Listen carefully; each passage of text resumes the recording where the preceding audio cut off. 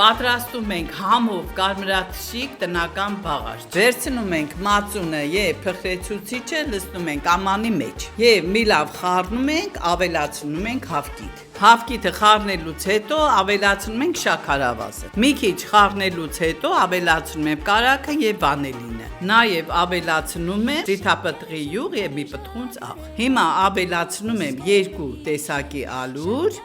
որ խառնելուց հետո որպեսզի ստանամ փափուկ խմոր։ Ձերքիս տակ, որ զգում եմ ալուրի կարիք կա, ավելացնում եմ ալուր։ Վերցնում եմ սիլիկոնե գորգը, փռում եմ սեղանի վրա եւ մեր խմորը սկսում եմ հունցել այնքան ժամանակ, որ դառնա ձերքերին չկպչող փափուկ խմոր։ Այնուհետև տեղադրում եմ ամանի մեջ եւ ձևավորում եմ ամանի չափերով, ավելացնում եմ մի քիչ սովորական ջուր հավկիթի վրա,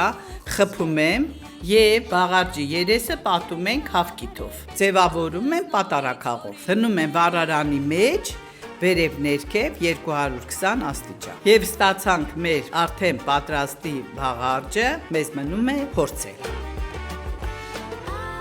Համեղություն, սիրելիներս, ընտիրություն, պատրաստեք եւ անուշ արեք։